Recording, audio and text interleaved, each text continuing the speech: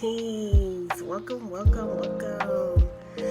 we talk about the spiritual journey, today I want to talk about our ancestors. Ancestors are a very important part of your spiritual journey. However you worship, however you like, whatever your beliefs are, ancestors are there for you in any type of way that you would need them. The reason I wanted to talk about the ancestors so much is because as I started getting deeper in my spiritual journey and started to be more connected to me on a deeper level, that's when I began to meet my ancestors. Whenever it's nighttime, whenever I would be like by myself, I would feel a presence.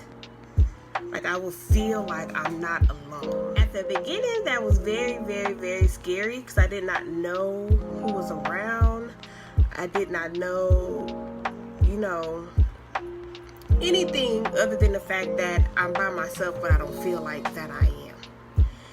And as I began to get deeper in my spiritual journey and do more meditation, be more aware of the fact that our ancestors are present. They're alive, well, not alive, but like spiritually they're here. I decided to try and be more open to them, because we know spirits are all around, but it's about how open you are spiritually to actually even feeling their presence there. And I remember it was one night I was about to go to sleep and I was in the house by myself, and I decided, before I go to sleep, let me be brave and open up and see who's here. I let my defenses down as far as mentally, and I was just laying there becoming more open. I don't know how to explain it besides saying becoming more open. And as I was looking into the darkness of my room, closet door moved, sort of like as a confirmation that someone was there. And that freaked me the fuck out. I was like, it was very involuntary because it was just like a surprise to me. So I just started like screaming, like, ah! And I ran out my house and I called my mom, and like sort of like a where are you? When you're coming home? Because I can't be home by myself. I don't know who's here. But I opened the door. And so that was literally my first time, I guess, meeting my ancestors. I actually ended up doing a session with my mom because she's been, I don't know how long she's been doing this, but she's very well connected with her spirituality and has a deep understanding of a lot of things. So I went to her like, can we see who that was? And so we had basically like a session where she was speaking to the spirit while I was there for me. And we found out that it was my great grandma. It would be times where I'd be in my car by myself, but I feel like I wasn't alone, and came to find out that that was one of my late cousins being there with me. So like as part of my journey, the more that I'm finding out that they're there to support, the ancestors are present, I started, I guess, doing more research, doing a lot of research of how to connect with your ancestors, how to build that relationship. What does it really mean to have your ancestors with you? One thing I would say for sure is that, for the most part, I know there are a lot of us, we have people in our family trees that may not like us or may be of a certain personality that where they're not supportive. But outside of that, for the most part, our ancestors are present to support us on our journey, to push us past our comfort zone, and to give us love and support. Like I say, support, because that's a big big thing. And also your ancestors are around to kind of tell you when you're not doing right, when you might need like a little, I don't know, like a little, you know, you need to do this and I don't know what you're doing and what's up. Like, the ancestors are definitely there to be real with you about your life, about what's going on with you, to send you messages however they can. Really just learning about that type of purpose for me, and I feel like for other people who are connected to their ancestors, it gives you a lot of gratitude, because I eventually came to the conclusion that a lot of things, even though it was only recently that I've become connected, like recently within the past 5 years, that I've become connected with my ancestors, looking back and understanding how they work, I can see that they have been a constant force in my life for quite some time. In a way, when there's times when I haven't been as connected or as open or, you know, as, you know, spiritually deep enough to recognize my ancestors, there was always something to where things happened in a certain way. I couldn't explain it, or I didn't understand, or it seemed totally random. But when I chose to follow it, it led to a better states in my life. So as I'm learning about ancestors, as I'm learning about how they move within our lives, as I'm learning about, you know, how as you continue to build that relationship, how they will continue to move in your life, it's brought me a lot of gratitude. A lot of gratitude. Just knowing that your first line of defense spiritually are the people that came before you in your bloodline. They was here on earth, and now that they have passed to the spiritual realm, they're still able to have your back in ways that you don't even know. Deepening that gratitude and I guess wanting to really getting excited, because once I started learning about my own ancestors, I've gotten very excited, because at least for my mom's side, I had my mom to tell me who this is, to give me pictures of this person, to tell me stories, to let me know who they are.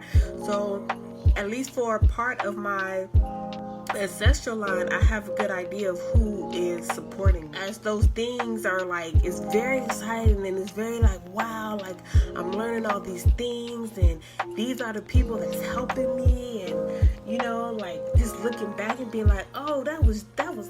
I got through that because of them. You know what I'm saying? Like, it's a very, very much exciting thing, to the point where as I'm doing more research and finding out more about connecting with your ancestors, well, I found about altars, which for anybody that you don't know, an ancestral altar it's like a place, a sacred space you reserve for your ancestors. And it's absolutely a place to honor them. And there are some people who have ancestral altars and they don't even know it. Because if you have a place, like if somebody's died in your family and you have a place for them in your home with their pictures there, their ashes might be there, the funeral program from their homecoming service is there. That's basically an altar, because you're holding space for this loved one. Ancestral altars, they really deepen your connection with your ancestors. So if you already have a place where you have the picture, you may have, like if you burn your sage there, you have a candle lit, that's already a space for your ancestors. But as you're deepening that connection, you may put more things there, like the favorite things that they loved in life. Bring in offerings of food. One thing that I really like to do, I like to like prepare food for my ancestors if they have requests. But I definitely like on a semi-regular basis. I don't do it as often as I should, but definitely after something has come through for me and it's just like I've just been holding on, and they're like, you gonna make it, it's gonna happen, like just trusting us, and it finally does. That's when I really like to go to the altar and have like long talks and give them food and receive my instructions for the next thing to come, because it is a relationship. And you know, just when you know that they're fighting so hard for you on, you know, their side of things, it's like you gotta water that connection just as much as you would have to water your relationships in the physical realm. Having an altar is like the most common thing in spirituality. You have your sacred space, you have the food, you have candles, you have any of their favorite things. You can put crystals there, you can decorate it in any way that personalizes it and keeps it for them. What I have experienced in my journey is that it's not always a physical altar. Like I've had a physical altar for the longest time, and then I ended up moving. And as I moved, I'm thinking about where would I put my altar, where would it be, and I kind of, I guess, intercepted a message from my ancestors that I would be the altar, that whatever I pour into myself, whatever I give myself, or any actions that I do would also be honoring them at the same time. And so when I would do that, I would create meals, eat whatever they requested, play whatever music they wanted to hear be played, and just have dance parties, you know what I'm saying, in my room with my ancestors. And since that time period has gone, I've kind of graduated to having a mobile altar, to where I have a painting of the moon, and I actually have like my ancestors' pictures kind of tacked on it, to where wherever I go, they will go, and they don't have to be, I guess, permanently placed in a certain static altar in order for them to be honored. So that's a good way to honor your ancestors and to really connect with them. One other thing you can do to make offerings is with ancestral money. It's like, I've actually drawn my own ancestral money, but it's something you buy. You can buy on Amazon, you can buy, I believe, in the Asian market, where they have these banknotes, and it's used to pay back like your ancestors' spiritual karma. That is something outside of food, outside of drinks, outside of the physical things we put on in their space. Ancestral money is something that actually works like on their side, and you can usually tell by the flame how much it is needed. That's the thing with the ancestors. It's pretty simple. Like honoring your ancestors is a very, very simple thing.